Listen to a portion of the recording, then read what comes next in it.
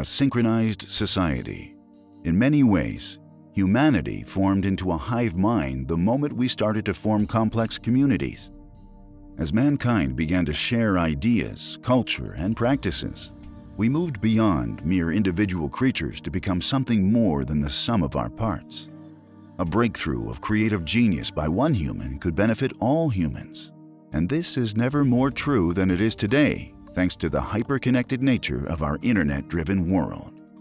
In the future, some scientists believe we'll develop even more complex connections with our fellow man, with technology helping our race to evolve into a fully blown hive mind.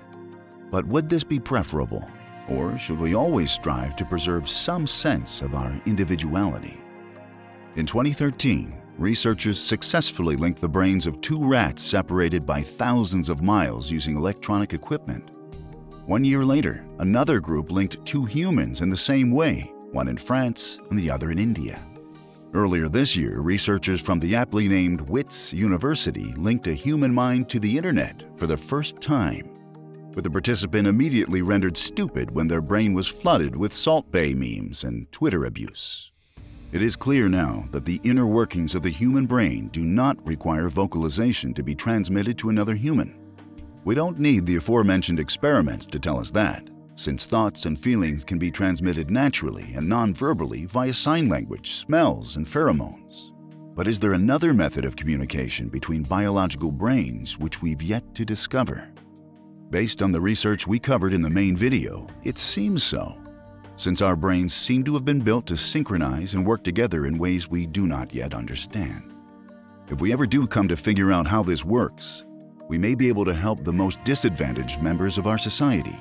People with autism who struggle to communicate probably do so because of a failure of their brainwaves to synchronize with those of a non-autist. If we can use technology to read brainwaves, which is considered a possibility, then we can translate their thoughts and improve their lives. The same goes for those who are suffering mental delusions and locked-in syndrome, or people with speech difficulties. We could even help those who wish to speak to someone foreign who are too lazy to learn their language. If we can read brainwaves, we'll not only learn more about why brains synchronize, but we'll also start to understand each other better than ever before. This is especially true for people with antisocial behaviors.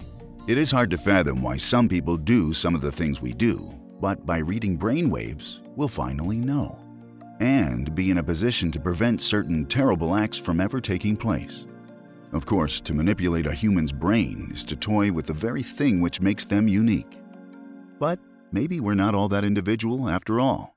One school of thought, if you'll pardon the pun, says that human brains are not synchronizing, they're merely playing through a predetermined set of emotions which are hardwired to experience in a certain situation. If we need food, two humans experience this pattern of brainwaves. If we want to fight, it's another set. They may not be exactly identical, but they are similar enough to help us work together. It's like dramatic music going over an action movie, or a sad violin piece that plays when a dog in any movie dies. Perhaps certain brainwave patterns appear synchronically not because our minds are reading each other, but because all our minds are pretty much the same. Maybe human beings are predictable. Maybe we are all one giant hive mind. And maybe we always will be.